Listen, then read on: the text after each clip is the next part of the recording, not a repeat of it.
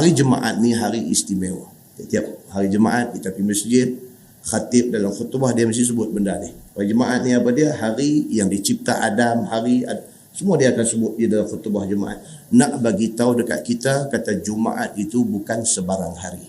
Jumaat itu adalah sayyidul ayyamil usbu'. Dia adalah penghulu kepada 7 hari yang ada. Dia penghulu hari-hari ini. Maka sesuai dengan itu kita kena tahu adab-adab dalam nak menerima kedatangan Jumaat itu. Di antaranya hadis riwayat daripada Abi Sa'id Al-Khudri radhiyallahu an. Nabi SAW bersabda. Nabi kata, "Ghuslu yaumil Jumu'ah ala kulli muhtalin wa siwak wa yamussu minat tibi ma qadara alaih." Wajib. Nabi SAW kata, wajib. Kata setiap orang Islam ini, satu, mandi pada hari Jumaat. Wasiwak, wajib ke atas setiap orang Islam ini gosok gigi pada hari Jumaat. Maksudnya sebelum pergi sembahyang Jumaat. Wa yamussu minat tib, dan juga wajib ke atas orang Islam yang nak pergi sembahyang Jumaat ini wangi-wangikan badan dia sebelum dia pergi sembahyang Jumaat. Ma qadara alaih, setakat mana mampu dia melakukannya. Hadis itu hadis sahih riwayat Imam Muslim. Dalam nak mentafsirkan dan menghuraikan hadis ini, Imam Nawawi kata apa? Walaupun Nabi sebut di situ nampak macam benda tu wajib, tetapi sebenarnya dia adalah sunat yang dituntut. Imam Nawawi kata. Nabi sebut dengan lafaz kata wajib, nak habaq kata pentingnya benda tu, jangan tak buat. Itu maksudnya. Hari Jumaat, nak pergi sembahyang Jumaat ni sangat penting bagi kita orang lelaki yang nak pergi sembahyang Jumaat ni mandi dulu. Sangat penting bagi kita orang lelaki yang nak pergi sembahyang Jumaat ni buat bagi bersih-bersih dulu. Gosok gigi dulu, pakai pakaian yang elok-elok dulu, dan wangi-wangikan badan kita dulu, baru pergi sembahyang Jumaat. Nabi SAW sebut benda tu sebagai wajib, sebagai nak tunjuk kepada besarnya tuntutan ke atas perbuatan-perbuatan itu. Satu. Yang kedua, hadis riwayat daripada Aus bin Aus radhiyallahu anhu. Kata dia, Nabi SAW bersabda. Nabi kata sesungguhnya hari yang paling afdal adalah hari Jumaat. Nabi habaq itu dulu. Pasal apa? Fihi khuliqa Adam. Adam dijadikan hari Jumaat. Wa fihi nafkhah. Hari Jumaat ditiup sangkakala. Wa fihi sa'iqah. Dan pada hari Jumaat berlaku kiamat. Banyak hadis ni Nabi sebut benda ni. Dan pada hari Jumaat berlaku kiamat. Fa'aksiru alayya minas salata fi. Nabi kata banyakkanlah salawat kepada aku pada hari Jumaat itu. Hari Jumaat ni mulut ni modu Allahumma salli ala Muhammad wa ala ali. Mulut ni modu Allahumma salli ala Muhammad wa ala ali Muhammad. Mulut ni modu selalu selawat macam tu. Fa inna salatakum ma'rudah. Nabi SAW kata kerana setiap kali hampa selawat dekat aku, selawat tu dibentangkan kepada aku. Nabi SAW kata setiap kali umat Nabi Muhammad SAW ni selawat ke Nabi, tiap-tiap kali itulah dihantar selawat tu kepada Nabi, diberitahu kepada Nabi, kata umat dia ucap selamat kepada dia. Bila Nabi SAW kata macam tu, faqala rajul, sahabat tanya Nabi, ya Rasulullah, kaifa tu'radu salatuna alaik wa qad aramta, yani balita.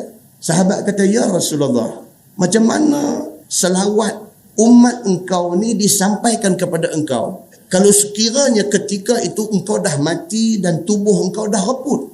Dia kata, kalau lah ni Tuan duk hidup lagi tak apa. Bila kita selawat, benda tu malaikat pergi beritahu. Dia kata, esok Tuan akan wafat.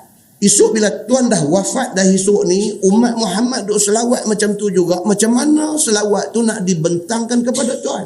Faqala Nabi SAW. Nabi kata apa? Inna Allah harrama 'alal ardi an ta'kula ajsad al-anbiya. Nabi kata apa? Dia kata Allah mengharamkan ke atas bumi makan jasad para nabi. Nabi nak habaq kata nabi-nabi ni walaupun nampak mata kasarnya mati, di sisi Allah dia hidup dan diberi rezeki. Muslimin dan muslimat yang dirahmati Allah sekalian, jadi adab yang kedua hari Jumaat ialah banyakkan selawat. Yang ketiga, hadis daripada Abi Hurairah radhiyallahu anhu. Nabi SAW bersabda, Nabi kata siapa mandi elok-elok pada hari Jumaat macam mandi wajib.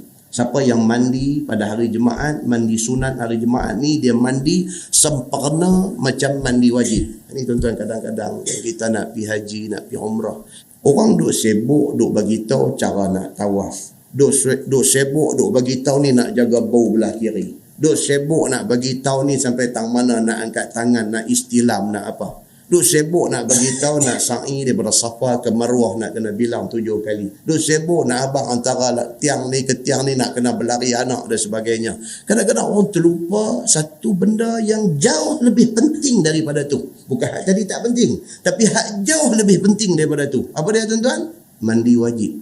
Tuan-tuan boleh bayang tak kawan yang pergi buat haji, kawan yang pergi buat umrah, yang masuk dalam ihram, tiba-tiba dia mandi wajib tak sah. Tuan-tuan boleh bayang tak haji dia jadi macam mana? Dia tawaf tak sah, pasal mandi wajib dia tak sah. Bau punya duk jaga balik kiri, tang mana nak lari dia lari dan sebagainya. Tengok-tengok benda asas hak mula sekali, mandi wajib tak sah.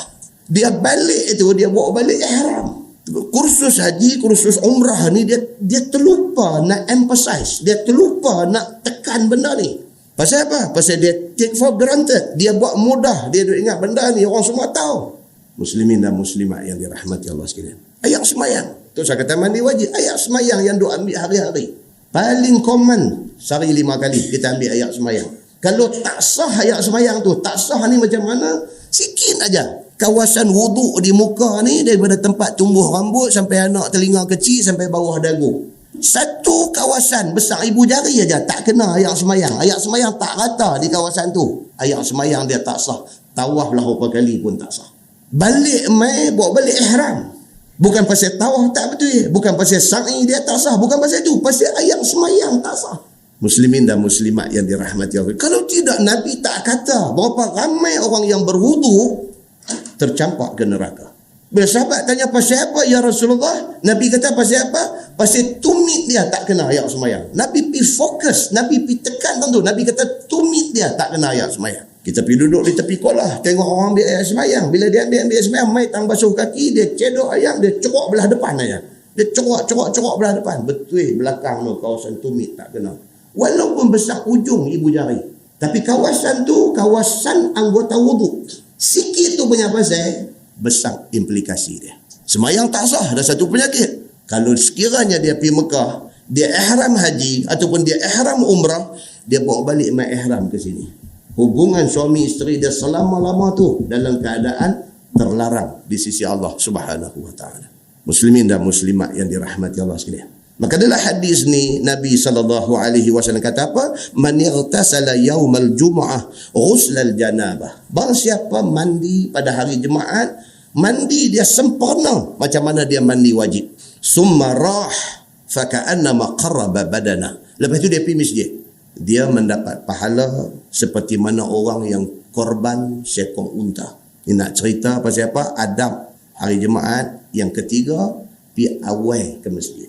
Kalau dia pergi tu dalam tempoh awal, dia dapat pahala macam orang korban seekor unta. Wa man raha fi sa'ati saniyah fa ka'annama qarraba baqarah. Kalau dia pergi pada peringkat yang kedua, macam orang korban lembu. Wa fi sa'ati salisah fa ka'annama qarraba kabshan aqran. Kalau dia duduk dalam kategori yang ketiga, pergi masjid, lewat sikit lagi, dia macam orang korban seekor kambing yang bertanduk. Dia kata. Wa fi sa'ati rabi'ah, kalau dia pi pada kategori yang keempat, fa ka'annama qarraba dajjajah, macam dia sembelih, dia korban seekor ayam. Pahala makin duk kecil, makin duk kecil. Wa man raha fi sa'atil khamisah, siapa pi dalam kumpulan yang kelima, fa ka'annama qarraba baydah, sama macam orang yang korban sedekah sebiji telur ayam. Fa iza kharaja al-imam, apabila imam sudah keluar, imam maksudnya khatib. Khatib sudah keluar dan naik di atas mimbar, hadarat al-malaikatu yastami'una dzikr. Malaikat yang kerja duk bagi markah kepada orang main masjid dah tutup buku, pasal dia pun nak dengar khutbah juga. Dia dah tutup buku. Makna kata apa? Bukan kata tak dapat pahala telur ayam, dia dapat telur ayam tu tak ada apa-apa. Kan? Budak-budak sekolah rendah, cikgu kata apa? Ni hang jawab katanya telur ayam tu masuk kosong. Hak last tadi dapat pahala telur ayam betul. Yang ni telur ayam kosong. Tak ada apa. Kita kategori mana? Dia kena tanya tu. Kita kategori mana? Kita kategori pi lambat balik awal. Kira bukan kata khatib dah start khutbah dah. Khutbah kedua dah baru sampai. Main dengan buat kalut ni, kalut. Padahal main lambat. Buat kalut ni masuk lintah orang duk sembahyang ni, lintah main sembahyang sunat depan membar tu imam duk cakap khutbah. Allahu akbar. Satu masjid bagai duk tengok apa punya haji kita dengan penuh glamour masuk masjid, orang semua tengok kita buat muka serius, duduk depan membar sembahyang sunat dan sebagainya. Apa ke benda, orang duk balik pahala unta, pahala lembu, pahala apa semua, apa nak dapat mujung tongkat khatib tu musridah atas belakang dia. Muslimin muslimat yang dirahmati Allah sekalian, hadis itu hadis sahih riwayat Al-Bukhari. Adab yang keempat dan kelima ialah jangan pisahkan orang yang sudah ada dalam saf dan juga dengar isi khutbah. Ini duduk dalam satu hadis. Jangan pisahkan orang yang sudah ada dalam saf. Tuan-tuan tengok orang main lambat ni, dia nak pergi depan. Dia lalu, dia duduk belah orang. Orang duduk ada dalam saf tu, dia duduk lalu. In between orang yang dah duduk ada dah tu. Dia duduk lalu, duduk suara tangan nak pergi depan tu. Itu dia panggil memisahkan orang yang dah duduk ada dalam saf. Perbuatan itu merugikan pahala jemaat dia. Okey, dan lagi satu apa dia? Dengar isi khutbah. Hadis daripada Salman Al-Farisi radhiyallahu anhu. Dia kata Nabi bersabda, barang siapa mandi pada hari Jumaat dan bersuci dengan sebaik mungkin. Hari Jumaat dia mandi wa tatahhara bimastata'a min tuhrin. Dia bersuci cukup bersih, cukup elok. Summa dahana au massa min tib. Lepas dah mandi pakai bagi elok, dia pakai minyak wangi di badan dia. Summa raha. Lepas tu dia pergi. Mana? Di masjid. Falam yufarriq baina snaini. Sampai di masjid, dia tak pisahkan dua orang yang duk ada dalam saf. Dia tak pergi duk kacau orang yang duduk dah dalam saf. Fa salla ma kutiba lahu. Dan dia semayang apa yang disuruh dia buat. Semayang apa? Tahiyatul masjid. Semayang tahiyatul masjid ni walaupun khatib tengah duk khutbah, kita kena semayang sunat tahiyatul masjid. Pasal apa? Pasal berdasarkan hadis Nabi SAW, satu sahabat masuk, Nabi tengah duduk khutbah, dia terus duduk. Nabi kata dekat dia, qum, bangkit, farka' raka'ataini. Nabi kata rokok 2 rakaat. Nabi suruh semayang sunat tahiyatul masjid, baru duduk dengar khutbah. Semayang dulu sunat tahiyatul masjid. Dan ulama dalam menghuraikan hadis tu, dia kata apa? Semayang sunat tahiyatul masjid itu hendaklah dibuat seringkas-ringkasnya. Maksudnya apa? Memadai dengan Fatihah saja, tak payah surah. Yang tu tak payah abang kita, pasal kita pun duk buat lagu tu. Kita ni qabliyah ba'diyah buat tu aja, Fatihah saja, mana ada surah. Yang tu tak abang pun aku duk buat dah, dia kata. Summa iza kharaja al-imam ansat. Dia kata dah lepas tu bila imam keluar duduk atas mimbar nak baca khutbah, diam. Dia kata, "Ghufira lahu ma bainahu wa bainal jum'ati al-ukhra." Diampunkan dosa dia antara jemaat ni dengan jemaat lagi satu. Kalau dia boleh buat macam ni, macam yang disebut oleh Nabi SAW tadi, start dengan apa? Mandi sebersih-bersihnya. Pakai sewangi-wanginya. Pergi masjid bagi awal. Jangan pisahkan orang yang dah ada dalam saf tu. Sembahyang sunat tahiyatul masjid, baru duduk untuk dengar khutbah. Sepanjang khutbah jangan duk bercakap, jangan duk apa, dengar isi kandungan khutbah dan sebagainya. Boleh buat macam tu. Ghufira lahu. Diampunkan baginya ma bainahu wa bainal jum'atil ukhra. Daripada jemaat dia sembahyang tu sampai nak jumpa jemaat pula, Allah ampunkan dosa-dosa kecil dia. Tuan, ini peluang ada kat kita di depan mata. Yang kita lepas peluang ni begitu sahaja. Itu adabnya. Dan adab yang keenam, dia kata jangan bercakap masa khutbah. Jangan bercakap. Ini bukan takat bercakap, tuan-tuan. Jawab handphone. Ni khutbah duduk jalan ni, telefon. Angkat. Ni duduk dalam khutbah ni. Abang ni tu. Angkat. Ni duduk dalam khutbah ni. Saya telefon lain. Apa? Duduk maki pula kawan telefon tu. Apa orang duduk dengar khutbah masa ni lah yang nak telefon. Kacau. Kita duduk dah sebelah dia. Kata apa share ni? Tak boleh. Bunyi pula. Angkat pula. Dua suku kita telefon. 2 suku telefon. Aku duduk main jemaat ni. Kata, Waalaikumsalam. Kacau tuan-tuan. Ni hari ni punya orang ni. Macam ni punya duduk ada. Dalam kuliah ni biasalah. Saya jumpa dah dalam masjid ni. Tengah duduk mengajar. Handphone bunyi. Angkat. Dia duduk kuliah Ustaz Samsuri ni. Abang nama kita pula. Ni. Tempat ni. Apa? Kan? Ni hak contoh-contoh kita buat ni hak duk jadi kan. Jadi kawah duk biasa buat, jangan duk buat dah lah. Jangan duk buat dah karut ni semua kan. Tak dapatlah pahala yang dijanjikan oleh Nabi SAW ni. Hadis yang berikutnya dia kata jangan bercakap waktu khutbah. An Abi Hurairah radhiyallahu anhu anna Rasulullah SAW qala idza qulta li sahibika ansit yawm al-jum'ah wal imamu yakhutub faqad laghawt. Ini hadis popular. Kebanyakan masjid sebelum Bilal bagi tongkat puasa dekat khatib tu, dia nanti baca hadis ni. Tapi ada setengah masjid tu dia baca apa kita tak tahu. Qala Rasulullah sallallahu alaihi wasallam idza qulta li sahibika ansit. Begitu kan. Kita dengar tu macam satu macam lagu gitu ya. Tambah faqad la'ud. Dia qaut panjang tu kan. Apabila seorang berkata kepada tolannya, tolan dia terjemah tu kan. Klasik semua dia. Apabila seorang berkata kepada tolannya, kepada kawan dia, kepada sahabat dia, dia guna perkataan taulan kan. Diam olehmu, maka sia-sialah jemaatnya pada hari itu. Allahumma salli. Selawat. Nak bagi tunggal. Jadi apa mesej yang dia nak bagi? Kawah haduk mai jemaat 25 tahun dah tak faham. 25 tahun dah duk main jemaah ni, duk dengar yang tu duk tak faham situ lah. Hak dia nak habangnya satu. Apa dia? Saat lagi bila khatib start berkhutbah, diam, jangan bercakap. Hak tu hak dia nak abang. 25 tahun makmum gagal faham apa hak dia nak abang. Satu perubahan kena buat. Bagi orang tahu. Apa tu hak dia duk abang tu? Bunyi berdengung. Apa benar dia nak abang apa? Inilah hadis dia. Nabi kata iza qulta li sahibika ansit. Apabila hang kata dekat kawan hang ansit, diam. Yaumal jum'ati wal imamu yakhutub. Hari itu hari Jumaat dan imam tengah duk khutbah. Bukan kita duk bersembang, bukan kita bercakap. Kita tegur dia ni duk bersembang. Kita hak tegur tu faqad laghaut. Maka sia-sialah, laghalah jemaat kita hak tegur tu. Habis kawah sembang, kau tu lara lama lagi dah. Daripada tadi dah lara dah. Kita habis tegur ni, faqad laghaut. Lara, maka lara lah, maka sia-sialah jemaat kawah hak tegur. Kawah hak kena tegur, tak usah sembang lah dia ni. Tak bolehnya bercakap dalam khutbah sampai macam tu. Muslimin dan muslimat yang dirahmati Allah sekalian. Cuma ada satu yang tuan-tuan pun tak bisa dengar dan saya pun baru dengar. Apa dia? Hadis riwayat daripada Ibni Umar radhiyallahu anhu. Dia kata Nabi SAW bersabda. Nabi kata iza na'asa ahadukum. Apabila seseorang kamu jadi mengantuk yaumal jum'ah, pada hari Jumaat waktu khatib duk berkhutbah. Kalau kamu rasa mengantuk, dia kata, falyatahawwal min majlisihi zalik. Nabi kata bangkit, pindah daripada tempat tu, duduk di tempat lain. Pasal apa? Pasal Nabi nak suruh kita dengar isi khutbah. Kita tuan-tuan memang dah set dah.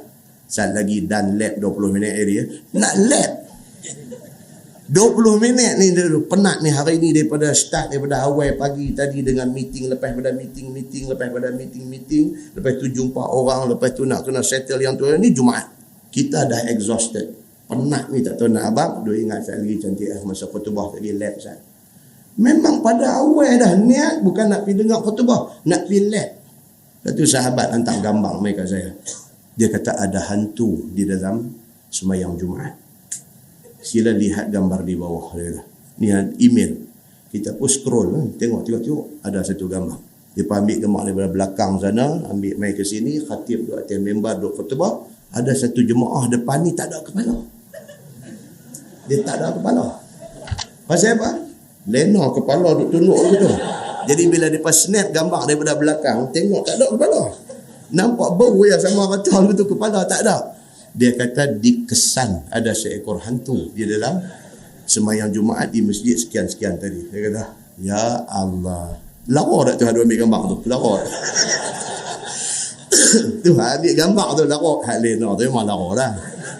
Ni ambil gambar, nak abang kata ada hantu dalam masjid ni. Muslimin dan muslimat yang dirahmati Allah sekalian, demikianlah jemaat yang kita lalui sekian puluhan tahun lamanya. Jemaat yang kita lalui ini kadang-kadang berapa persen saja daripada kehendak jemaat yang diputuskan oleh Allah dan Nabi sallallahu alaihi wasallam.